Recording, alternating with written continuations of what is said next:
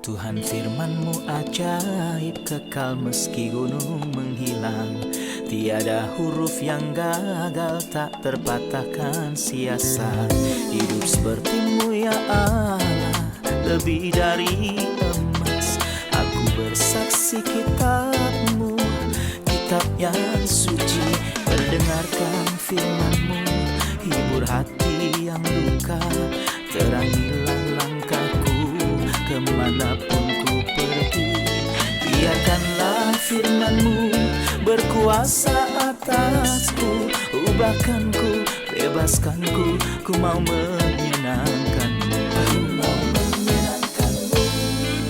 Selamat datang pemirsa yang terkasih, saya menyambut Anda dan semua pemirsa dimanapun ke episode baru dari program belajar harian Semua Kitab Suci. Kita masih mempelajari kitab-kitab di dalam perjanjian yang baru. Kita telah mencapai pasal 3 dari surat 2 Tesalonika. Saya ingin mengingatkan Anda bahwa surat ini terdiri dari 3 pasal. Pasal pertama berbicara tentang kesengsaraan. Pasal kedua berbicara tentang apa yang disebut dengan hari Tuhan, program kronologis Tuhan mengenai bumi. Pasal ketiga berbicara tentang nasihat praktis mengenai berjalan.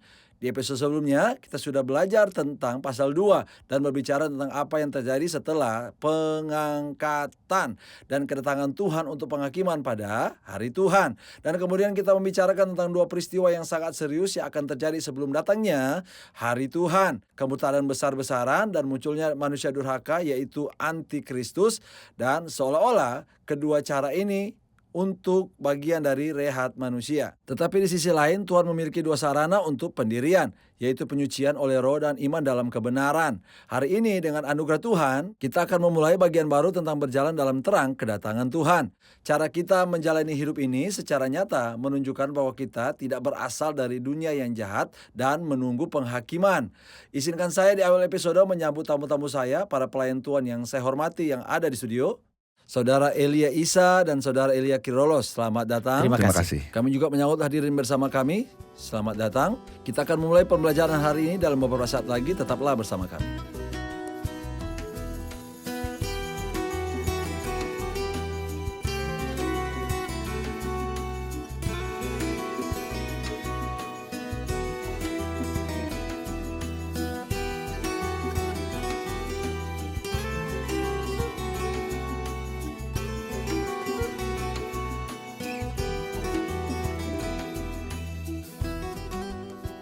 Selamat datang. Terima kasih. Izinkan saya membaca beberapa ayat dari pasal 3 dan kembali kepada Saudara Elia Kirolos dengan sebuah pertanyaan pasal 3 dari 2 Tesalonika.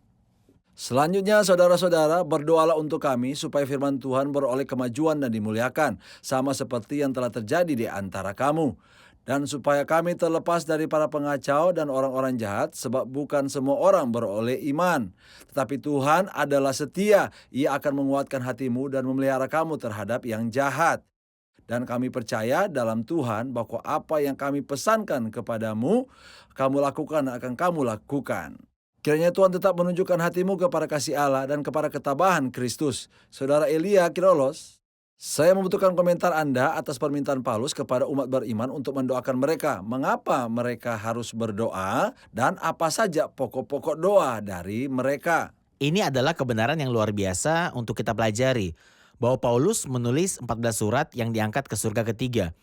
Wadah yang dipilih untuk inspirasi.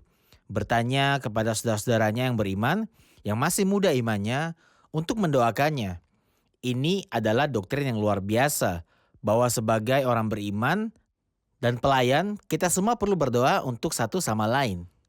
Di akhir pasal 2, dia berdoa bagi mereka agar Tuhan menghibur hati mereka dan tegakkan mereka dalam setiap perkataan dan juga perbuatan yang baik. Jadi dia berdoa untuk mereka dan mereka pun mendoakan dia juga. Ini adalah satu hal. Dan hal yang kedua adalah dia meminta orang-orang beriman untuk mendoakan 2 hal yang indah. Permintaan pertama, supaya firman Tuhan mengalir deras dan dimuliakan. Kita perlu berdoa agar penyebaran firman Tuhan tidak terhambat. Saya suka ayat di Mazmur pasal yang ke-147 yang mengatakan tentang Tuhan, Dia menyampaikan perintahnya ke bumi, kata-katanya berjalan sangat cepat. Musuh sedang mencoba untuk menghambat penyebaran firman Tuhan, tetapi pada akhirnya hal itu tidak berhasil. Sebuah pernyataan indah yang Rasul Paulus katakan, tetapi firman Tuhan tidak dapat dirantai. Permintaan pertama adalah untuk kemuliaan Tuhan, dan permintaan kedua adalah permintaan pribadi katanya, agar kami dapat diselamatkan dari orang-orang yang tidak berakal dan jahat. Iblis mencoba menghambat firman Tuhan dan mencoba menghambat pelayan juga. Pernah dia bilang di nomor 2 dan di Timotius 4, Alexander si tukang tembaga sangat menyakitiku. Dan dia berkata di nomor 2 dan pasal surat ini juga, yang ada orang-orang yang tidak masuk akal dan jahat, yang mencoba menghalangi dan melecehkan para pelayan Tuhan. Jika kita ingin mendefinisikan pokok-pokok doa ini dengan kata-kata yang mudah bagi yang melihatnya untuk diingat, kita akan mengatakan bahwa dia berdoa untuk penyebaran Injil, demi kemenangan Injil dan demi keselamatan dan mereka yang bawa Injil ini agar firman Tuhan tersebar dan akan mempengaruhi orang-orang, dan mereka yang memegang firman ini akan merasa aman selalu. Saya pikir hal-hal seperti inilah yang seharusnya menjadi prioritas Dalam doa di kita, dalam doa benar. kita. Terkadang kita berdoa untuk hal-hal duniawi dan lupa berdoa untuk hal-hal rohani. Benar. Semoga Tuhan membantu Menurut saya, kita mempelajari hal ini. mewakili jawaban atas doa-doa panjang dari orang percaya yang saleh yang mungkin telah pergi ke surga dan tidak melihat apa yang kita alami pada saat ini. Ya, itu Mereka betul. mencoba melakukan perjalanan ke berbagai negara untuk memberitakan firman. Namun negara-negara ini menghalangi masuknya para penginjil serta Injil. Dan mereka tidak memiliki alat yang dapat membantu mereka untuk Benar. menyebarkan berita tersebut. Namun mereka berdoa dan Tuhan menjawab doa, dan perkataan mereka sekarang tersebar di mana-mana. Jadi Benar. meskipun beberapa negara mengalami masuknya Injil, Injil sampai di sana dan berita menyebar dengan cepat, dan sebagai hasilnya kita melihat orang-orang mengenal Tuhan setiap hari. Doa-doa dari orang-orang kudus yang telah tidur selain keselamatan dari para pembawa Ya, pesan. benar. Saudara Elia, Paulus membicarakan sesuatu yang menghibur hatiku di ayat yang ketiga. Tetapi Tuhan adalah setia. Ia akan menguatkan hatimu dan melihara kamu terhadap yang jahat. Dia mengandalkan kesetiaan Tuhan. Dia Ya. tidak mengandalkan hal lain selain kesetiaan Tuhan. Ceritakan tentang kesetiaan Tuhan dan kemampuan Tuhan yang setia dalam menjaga kita. Menurut saya, kesetiaan Tuhan adalah sifat yang dibicarakan dalam kedua perjanjian. Ada banyak pembicaraan tentang kesetiaan Tuhan dalam perjanjian lama dan juga dalam perjanjian baru. Saya pernah membaca sesuatu untuk salah satu penafsir firman Tuhan yang berkata bahwa sifat ini, kesetiaan Allah, adalah salah satu sifat paling utama disebutkan tentang Tuhan dalam Alkitab. Tuhan itu setia. Di sini ketika dia berbicara tentang menegakkan orang-orang beriman, dia tidak mengandalkan orang beriman itu sendiri. Kita tidak bisa membangun diri kita sendiri. Tuhan berkata, sebab di luar aku kamu tidak dapat berbuat apa-apa. Namun kesetiaan Tuhanlah yang menguatkan kita. Karena Allah itu setia, dia yang meneguhkan kita. Sampai kapan dia akan mengkukuhkan kita? 1 Korintus pasal 1 ayat 8 dan 9 mengatakan, aku meneguhkan kamu sampai kepada kesudahannya. Tuhan kita adalah setia. Kesetiaan Tuhan tidak hanya meneguhkan kita, namun akan meneguhkan kita sampai akhir. Ketika kita membaca pasal 10 dari surat pertama kepada jemaat di Korintus, kita akan mengetahui bahwa kesetiaan Tuhan tidak hanya terkait dengan meneguhkan orang percaya dan meneguhkan mereka sampai akhir. Tetapi sebab Allah setia dan karena itu Ia tidak akan membiarkan kamu dicobai melampaui kekuatanmu. Pada waktu kamu dicobai, Ia akan memberikan kepadamu jalan keluar. Kesetiaan Tuhan terungkap dalam bahwa bahkan jika salah satu dari orang-orang percaya berdosa, ketika dia kembali kepada Tuhan melalui pertobatan, Allah Bapa kita adalah setia dan adil, sehingga Ia akan mengampuni segala dosa kita dan menyucikan kita dari segala kejahatan. Kesetiaan Tuhan adalah sesuatu yang luar biasa dan ada banyak ayat dalam Alkitab mengenai topik yang membesarkan hati dan menghibur ini. Hebatnya, Paulus mengandalkan kesetiaan Tuhan yang teguh dan yang Ya. tidak pernah berubah. Kita akan rehat dan kembali untuk menerima pertanyaan dari hadirin. Pemirsa yang terhormat, sampai jumpa setelah rehat. Tetaplah bersama dengan kami. Pekerjaan seorang pengkhotbah mirip dengan pekerjaan seorang dokter kandungan yang membantu seorang anak kecil lahir ke dunia ini, dan ini adalah pekerjaan yang besar dan penting tanpa diragukan lagi. Setelah itu, dia menyerahkannya kepada dokter anak yang merawat sistem pencernaan anak yang masih kecil dan memberinya apa yang diperlukan, vaksinasi, dan lain-lain. Demikianlah karya dokter anak ini. Mirip dengan seorang pendeta gereja, pendeta harus berurusan dengan orang-orang percaya yang suka bertengkar dan dengan orang-orang Kristen yang masih anak-anak dalam iman dan perilakunya. Dan ini tentu saja adalah pekerjaan yang berat. Ketika Rasul Paulus berkata, sebab bukan semua orang beroleh iman, yang dia maksud adalah iman yang benar. Karena tidak semua orang percaya di Tesalonika tetap berpegang pada doktrin yang diajarkan Rasul Paulus kepada mereka. Pendirian gereja didasarkan pada ajaran-ajaran para rasul kepada gereja, dan inilah yang seharusnya kita ajarkan dan khotbahkan. Kami kembali pemirsa yang terkasih untuk menerima pertanyaan dari hadirin. Pertanyaan? Dalam ayat 4 tolong jelaskan apa yang dimaksud dengan kami percaya di dalam Tuhan. Paulus berkata, dan kami percaya dalam Tuhan bahwa apa yang kami pesankan kepadamu, dia berbicara tentang kepercayaan diri. Apa hubungannya percaya kepada Tuhan dengan mereka? Silakan saudara Elia Kirolos menjawab. Meski begitu suasananya, surat ini sebagaimana kita ketahui adalah kemurtadan dan penampakan orang durhaka dan khayalan serta orang-orang yang berusaha menggoyahkan orang-orang beriman. Tetapi Paulus jauh dari manusia jasmani, antusiasme, dan saya berharap kita sebagai pelayan tidak lagi memberikan dorongan seperti ini. Dia tidak membangun keyakinannya mengenai mereka berdasarkan kemampuan pribadi mereka, melainkan mengarahkan kepercayaan diri mereka ke fondasi yang tepat. Hebatnya agar tidak gagal di hadapan hayalan dan tantangan, menaruh kepercayaanmu pada tempat yang tepat, yaitu pada pribadi Tuhan. Rasul Paulus dalam Roma 7 mengalami suatu hal yang luar biasa, yaitu ketika dia menaruh kepercayaan pada dirinya sendiri, pada akhirnya dia menjadi gagal dan mengatakan pernyataan terkenal, demi kebaikan yang ingin saya lakukan, saya tidak melakukannya, tetapi kejahatan yang tidak akan aku lakukan, itulah yang aku amalkan, wahai manusia yang celaka. Ketika dia mempercayai dirinya sendiri, dia tidak bisa melanjutkan dengan Tuhan. Tetapi saya bersyukur kepada Tuhan melalui Yesus Kristus. Dia memberitahu mereka bahwa dia percaya diri, bahwa mereka akan dapat melanjutkannya meskipun ada hayalan, karena Tuhanlah yang menjamin hal tersebut. Ini tidak berarti bahwa dia tidak menyemangati mereka. Dia menyemangati mereka dan mengatakan sesuatu yang baik, yang Anda lakukan dan akan lakukan. Hal-hal yang akan kami perintahkan kepadamu bukan kamu yang melakukannya. Tapi Tuhanlah yang menghendakinya, percayakanlah dalam pribadi Tuhan. Sementara saudara Elia Kirolos, pelayan Tuhan, bicara tentang mempercaya Tuhan, saya ingat bahwa dia mengulangi konsep yang sama kepada orang-orang percaya di Filipi. Ketika dia berkata kepada mereka, akan hal ini aku yakin sepenuhnya, yaitu ia yang mulai pekerjaan yang baik di antara kamu akan meneruskan saya pada akhirnya pada hari Kristus Yesus. Dialah yang dapat kita percaya untuk mulai pekerjaan dan menyelesaikannya. Benar. Saudara Elia Isa di ayat 5 katanya, kiranya Tuhan tetap menunjukkan hatimu kepada kasih Allah dan kepada ketabahan Kristus. Setelah dia berkata, tetapi Tuhan adalah setia dan berbicara tentang keyakinannya kepada Tuhan mengenai mereka, bahwa mereka akan mampu melakukan perintah-perintahnya, dia berkata, kiranya Tuhan tetap menunjukkan hatimu kepada kasih Allah dan kepada ketabahan dari Kristus. Saya membutuhkan komentar Anda tentang kasih Tuhan dan kesabaran Kristus, serta bagaimana Tuhan membimbing hati mereka kepadanya.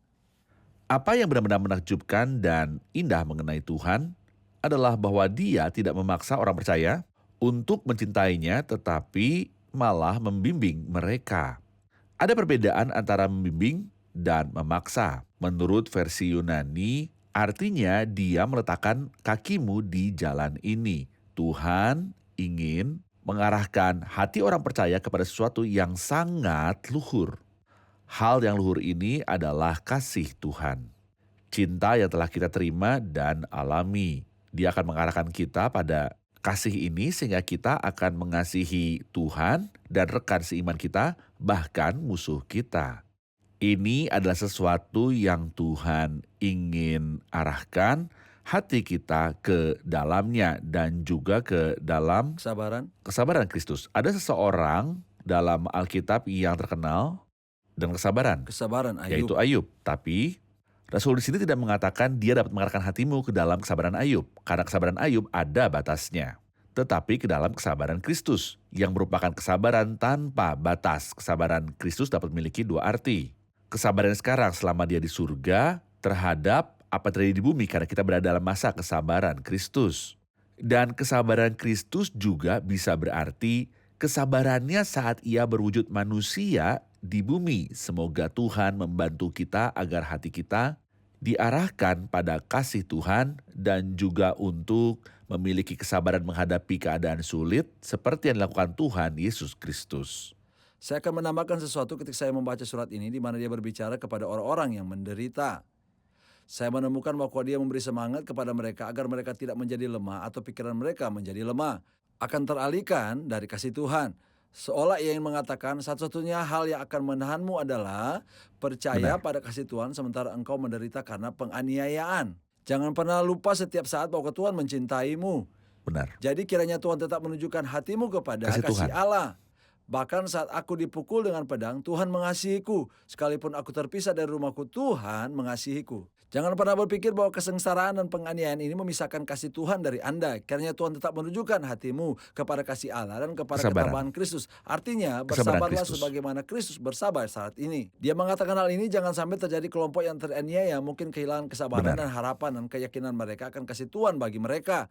Peliharalah dirimu demikian dalam kasih Allah. Ini seolah-olah seorang sedang berdiri di padang pasir dan menemukan danau berisi air murni dan melemparkan dirinya ke dalamnya. Kasih Tuhan adalah satu-satunya hal yang dapat membantu kita melupakan kesengsaraan, penderitaan, dan penganiayaan. Tuhan mengasihi kita.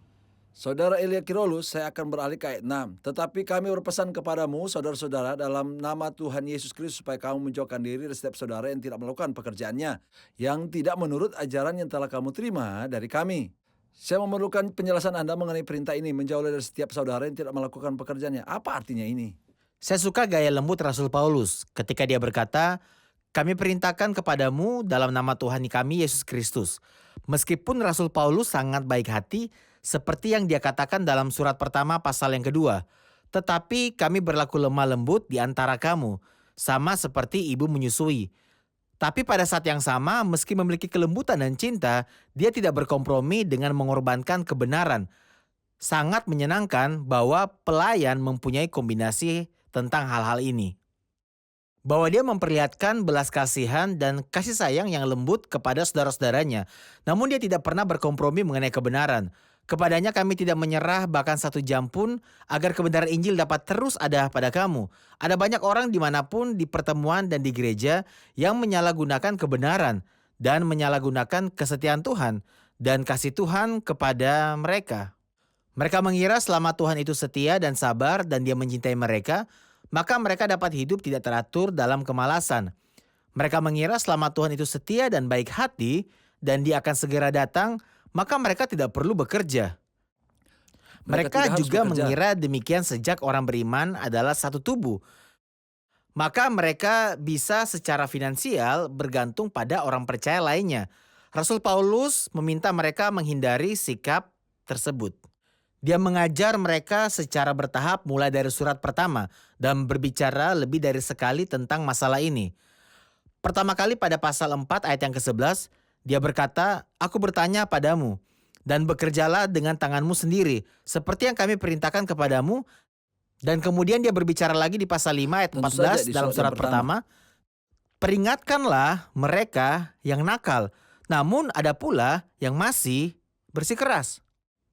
Menyalahgunakan kebenaran dan berjalan tidak teratur dan hidup tanpa bekerja. Seperti yang akan kita baca nanti, saudara-saudara yang seperti ini, orang-orang beriman yang seperti ini, kita harus mundur. Karena mereka berjalan tidak teratur." Apakah ini apa yang disebut sebagai disiplin gerejawi atau ketentuan gereja yang dimulai dengan peringatan, penarikan diri, kemudian tahap-tahap berikutnya? Tentu saja ini termasuk dalam cakupan ketentuan gereja atau disiplin gerejawi, dan ini adalah sesuatu yang tidak dilakukan oleh satu orang di gereja.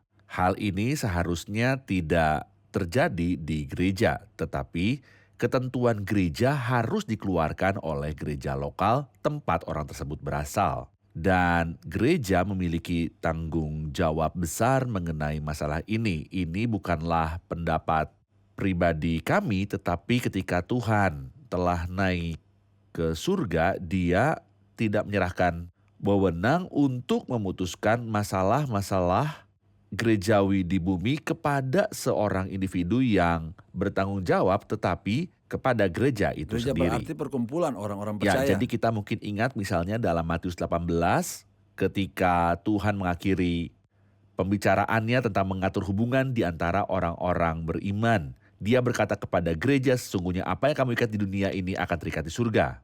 Dan apa yang kamu lepaskan di dunia ini akan terlepas di surga.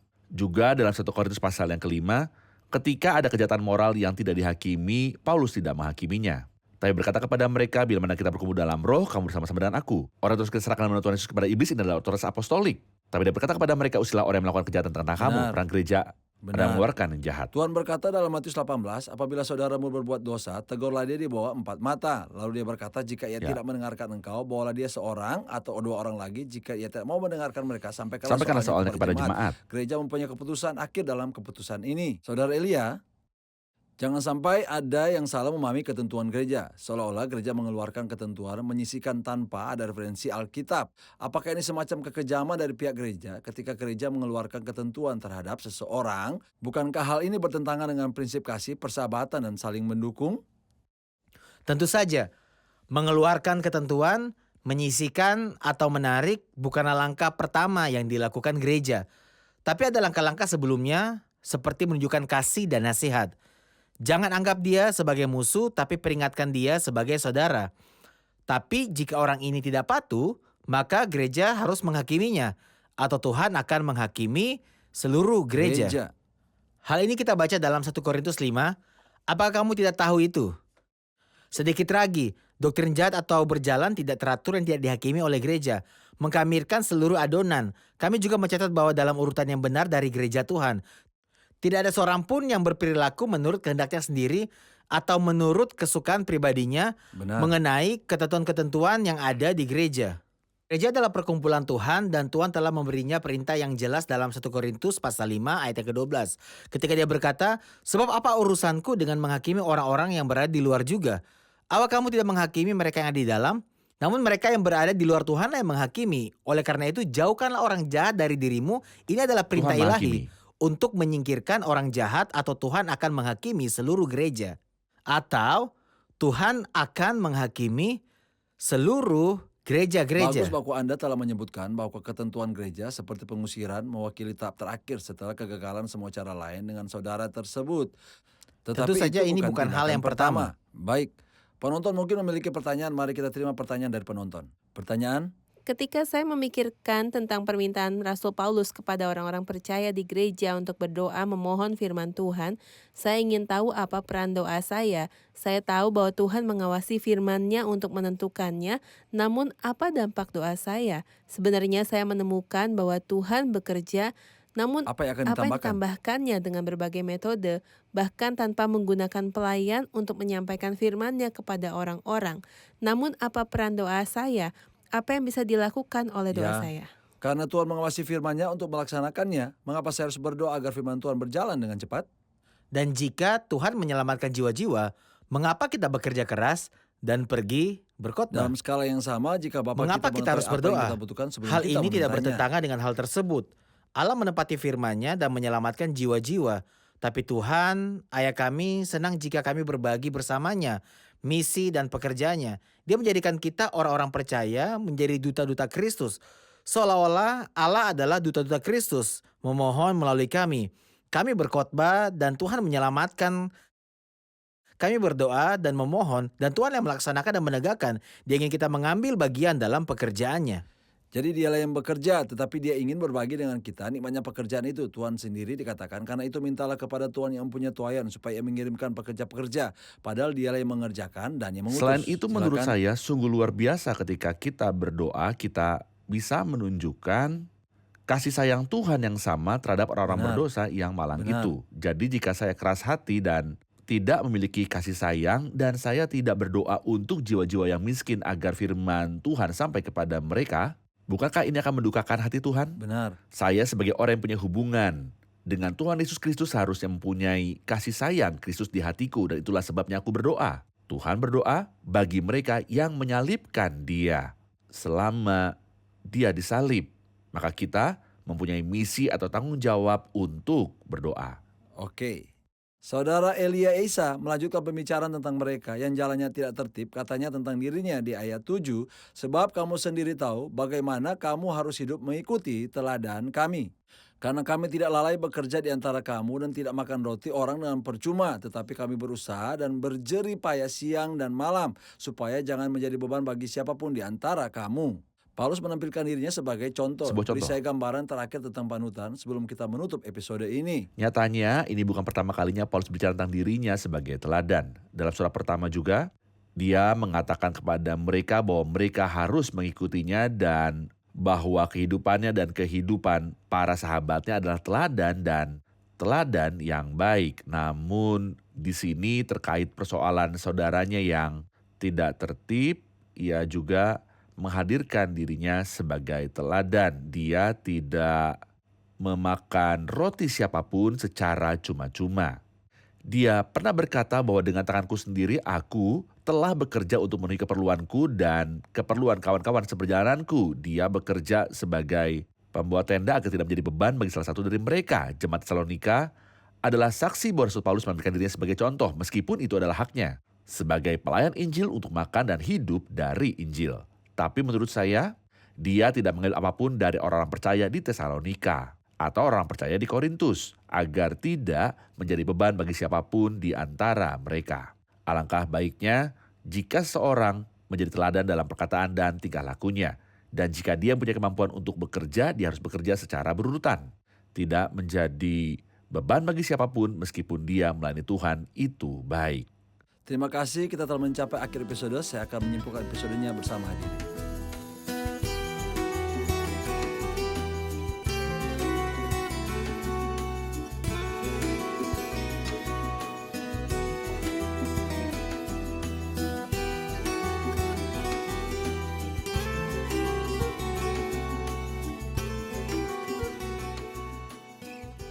Kita sudah membicarakan pada episode hari ini tentang permintaan Paulus dari jemaat Tesalonika untuk mendoakan firman dan untuk keamanan. Dia berbicara tentang berjalan juga dan berkata menjauhkan diri dari setiap saudara yang tidak melakukan pekerjaannya. Apa yang telah kita pelajari? Saya sangat menyukai Paulus yang meminta saudara-saudara di gereja untuk mendoakan dia, dan dia tidak meminta mereka untuk berdoa seperti yang biasa dia katakan, tapi dia merasa kebutuhan yang nyata untuk didoakan baginya.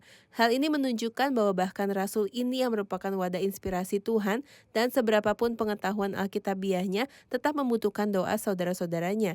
Yang lebih indah lagi, beliau tidak meminta secara umum, namun beliau meminta agar mereka berdoa secara khusus untuk dua hal. Berdoalah untuk kami supaya firman Tuhan beroleh kemajuan dan dimuliakan, sama seperti yang telah terjadi di antara kamu, dan supaya kita terlepas dari para pengacau dan orang-orang yang jahat. Benar, Petrus? Saya sangat menyukai bahwa apa yang menguatkan hati adalah diarahkan pada kasih Allah dan bahwa keyakinan saya akan kasih Allah tidak goyah. Terima kasih, Tuhan memberkati Anda. Terima kasih untuk para hamba Tuhan Tuhan. berkati. Pemirsa yang terkasih, semoga dengan anugerah Tuhan persepsi kita tentang doa akan diubah melalui episode pada hari ini. Doa tidak hanya terbatas pada kebutuhan pribadi saya. Tentu saja kita harus berdoa untuk kebutuhan kita, tapi ini bukanlah yang terpenting. Cobalah latih dirimu untuk mendoakan orang lain, khususnya para pelayan Tuhan yang menyebarkan Injil, dan untuk pemberitaan dan pekerjaan penginjilan dimanapun berada pada saat ini. Untuk pekerjaan Tuhan di mana-mana, cobalah untuk melatih diri Anda untuk melampaui kebutuhan pribadi Anda, agar Anda dapat menemukan begitu banyak pokok doa. Saya mengundang Anda untuk bergabung dengan saya di episode berikutnya yang merupakan episode terakhir dalam surat 2 Tesalonika. Semoga Tuhan menyertai setiap kita.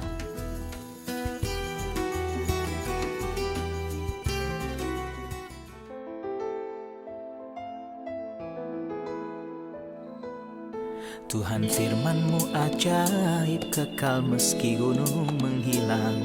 Tiada huruf yang gagal, tak terpatahkan siasat. Hidup seperti-Mu ya Allah, lebih dari emas.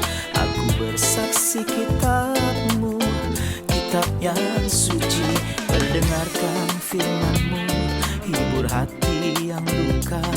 Terangilah langkahku kemanapun ku pergi. Biarkanlah firman-Mu berkuasa atasku. Ubahkanku, bebaskanku, ku mau menyenangkan-Mu. Tuhan firman-Mu ajaib, kekal meski gunung. Ubah dan bebaskan aku.